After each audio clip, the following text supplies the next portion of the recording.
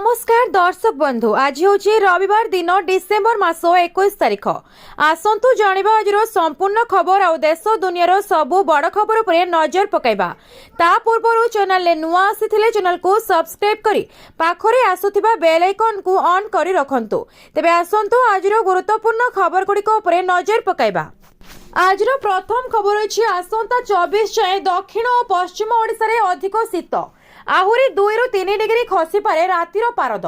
आसंता 24 तारिख जाए दक्षिण और पश्चिम ओडिशा रे अधिक शीत हेबो। उपकूल ओडिशा रे अपेक्षाकृत कम शीत रहिबो। शनिवार कोरापुट फुलबाणी बौद्ध भवानीपाटना झारसुगुड़ा और अनुगुल रे प्रबल शीत होई पारे। पाणीपाग विभाग एभली आकलन करिछि। वरिष्ठ कृषि पाणीपाग विशेषज्ञ सुरेंद्रनाथ पशुपालक कहते नुआ वर्ष आरंभ जाए शीत जारी रहिबो। राति तापमात्रा मझिरे मझिरे 1 रु 2 डिग्री बढ़ी पारे बा कमी पारे। शिशिरपात मध्य जारी रहिबो। उपकूल जिलार किछि स्थान रे पतला कुहुड़ी होई पारे किंतु घन कुहुड़ीर आशंका नाही। पाग सुखिला खराटिया और मेघमुक्त रहिबो। डिसेम्बर 25 रे भुवनेश्वर रे राति तापमात्रा प्राय 15 डिग्री पाखापाखी रहिबो। 31 रे पारद 12 रु 13 डिग्री रहि पारे। चाषी को परामर्श दे कहते तली पड़िथिबा स्थान रे राति रे कला पॉलिथिन घोड़ांतु। पनीपरिबा तली रहिबा परे कागज टुंगा टोपी करी राति रे घोड़ंतु। परवर्ती खबर अछि आसंता 22 रु युक्त 2 इंटरनल परीक्षा जनवरी 2 रु प्रैक्टिकल फेब्रुआरी 18 रु फाइनल। उच्च माध्यमिक शिक्षा परिषद परिचालित युक्त 2 परीक्षा पाई एडमिट कार्ड प्रकाश पाइछि। साम सी स्पेस वेबसाइट रे एडमिट शुक्रवार ठू उपलब्ध होइछि।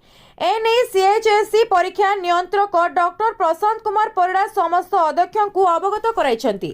समस्त स्ट्रीमर छात्र छात्री को एडमिट कार्ड प्रदान करने को निर्देश दिया जाइछि। एडमिट कार्ड प्रदान समय परे ना पिता माता नाम परीक्षा विषय को भल भाव जांच करी प्रार्थी को प्रदान करने को कहुଯାଇଛି। सूचना योग्य आसंता 22 तारिख रु 31 तारिख जाए इंटरनल परीक्षा अनुष्ठित हेबो। जनवरी 2 रु 15 प्रैक्टिकल परीक्षा हेबो। फेब्रुआरी 18 रु 25 मार्च जाए थियोरी परीक्षा हेबो। चलित वर्ष परीक्षा देबा पाई मोट 4,737 जन छात्र छात्री फॉर्म पूर्ण करिसेंती। परवर्ती खबर अछि प्राइवेट चाकरी करुथिबा लोकंक पई बड़ खबर। ईपीएफओ नेला बड़ पदक्षेप एबे हेबो बड़ फायदा। घरोई क्षेत्र रे कर्मचारींक पई बड़ खबर आसीछि। कर्मचारी भविष्य निधि पांठी संगठन ईडीएलआई योजना संपर्क रे एक बड़ घोषणा करिसेंती। आसंतु जानिबा ईपीएफओ कोन स्पष्टीकरण जारी करिछि। कर्मचारी भविष्य निधि पांठी संगठन एक स्पष्टीकरण जारी करिछि जहां कर्मचारी जमा लिंक्ड बीमा योजना अधीन अंतर्भुक्त कर्मचारी परिवार को आश्वस्ति प्रदान करि परिबो। ईपीएफओ स्पष्ट करिछि जे ईडीएलआई मृत्यु दाबी समाधान करबा समय दुईटी चाकरी मध्य पड़ुथिबा सप्ताहांत एवं घोषित छुट्टी को सेवारे विरति भावरे विवेचना करा जिवो नाही। ईपीएफओ कहिछि जे एहा एक मामला सामना को आसीछि जेउठारे गोटिए ईपीएफ कभर होइतिबा कंपनी रो बाहरिबार तारीख एवं अन्य एक कंपनी रे योगदान करिवार तारीख मध्य शनिवार एवं कंपनी रे योगदान करिवार तारीख मध्य शनिवार एवं रविवार को सेवारे विरत भावरे विवेचना करा जायतिला। फलस्वरूप अनेक कंपनी रे मोट 12 मासरु अधिक समय सेवा समाप्त करबा परे मध्य कर्मचारी को ईडीएलआई लाभ प्रदान करा जाय नथिला। परवर्ती खबर अछि केबेठु आसीबो बड़ दरमा और केते वृद्धि हेबो जानतु। अष्टम वेतन कमिशन लो बड़ अपडेट। सप्तम वेतन कमिशन लो कार्यकाल डिसेंबर 31 2025 रे शेष हेबाकु जाउछि एवं देशव्यापी लक्ष लक्ष केंद्र सरकारी कर्मचारी एवं पेंशन भोगी अष्टम वेतन कमिशन विषय जिज्ञासु एवं द्वंद्व अछंती। साधारण रे चर्चा होछि कि नूतन वेतन कमिशन जनवरी 1 2026 रो कार्यकारी हेबो किंतु सरकार एपर्यंत दरमा वृद्धि फिटमेंट फैक्टर किंबा बकेया विषय कोनोसी आनुष्ठानिक घोषणा करि नाहंती। दरमा केबे वृद्धि पाइबो वेतन पूर्व वेतन कमिशनर अभिज्ञता को आधार करी यह प्राय निश्चित जे कार्यकारी तारीख एवं प्रकृत देय मध्य एक व्यवधान रही।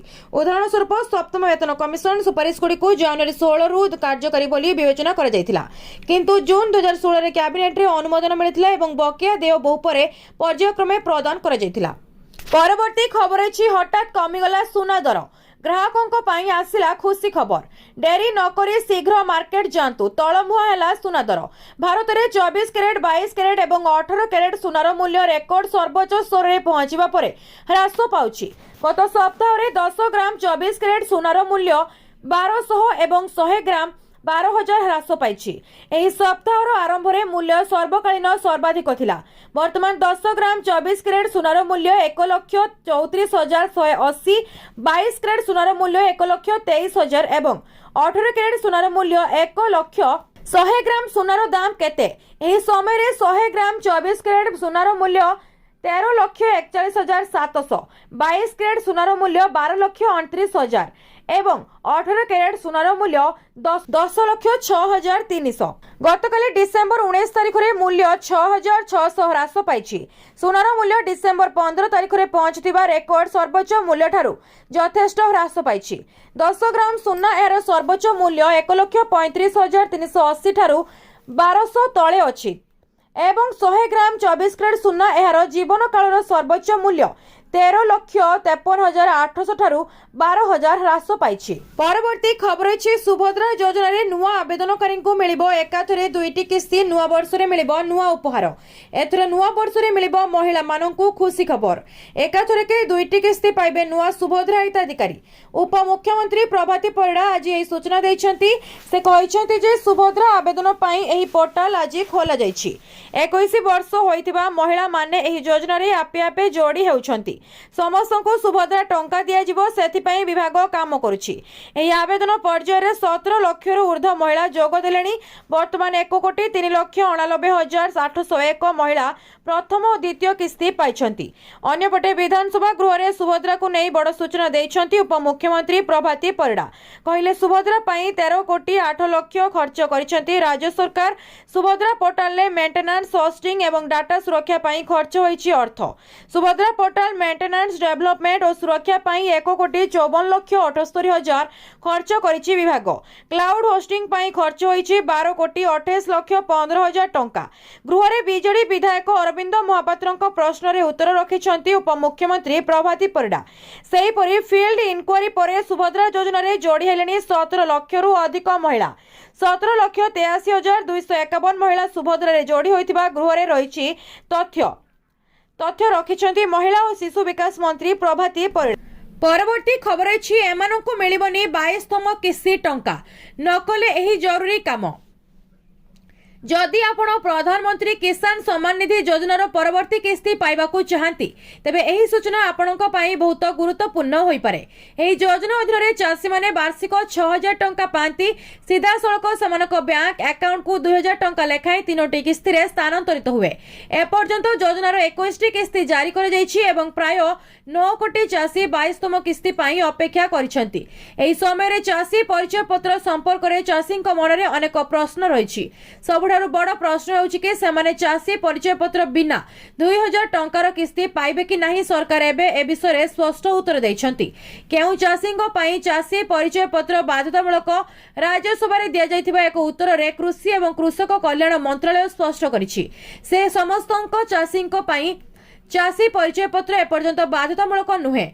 14टी राज्य में जोठारे चाषी परिचय पत्र कार्यकारी होइछि सेठारे पंजीकरण समय नुआ चाषींको पई एहा बाध्यतामूलक।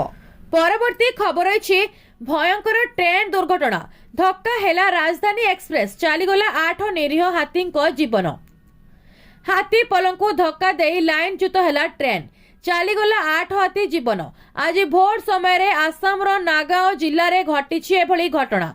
हाथी पल रेल धारणा दे जाउथिबा बेले सेमानकु धक्का देइथिला ट्रेन। एहा फଳରେ ट्रेन लाइनच्युत होइथिला। एही दुर्घटना रे 8 हाथी मृत्यु होइथिबा बेले समस्त यात्री सुरक्षित थिबा जणा पड़िछि। नुआ दिल्ली अभिमुख्य जाउथिबा राजधानी एक्सप्रेस हाथी को धक्का देइथिला बोली जणा पड़िछि। उत्तर पूर्व सीमांत रेलबाईर लुमुडिंग डिविजन अंतर्गत जमुना मुख कानपुर सेक्शन ले डिसेंबर 20 तारिख राति प्राय 2:17 रे एही दुर्घटना घटिथिला। साइरंग नुआ दिल्ली राजधानी एक्सप्रेस ट्रैक रे थिबा हाथी मानकु धक्का देइथिला, जा फଳରେ इंजिन एवं 5टी कोच लाइनच्युत होइथिला। घटनास्थल गुवाहाटी रु प्राय 126 किलोमीटर दूर में अवस्थित। रेल कर्तृपक्ष कहिसेंति जे एही अंचल को हाथी कॉरिडोर भाबरे चिन्हित करा जाय नाही। अधिकारी माने कहिसेंति जे यात्री एवं रेल कर्मचारी समस्ते सुरक्षित अछंती।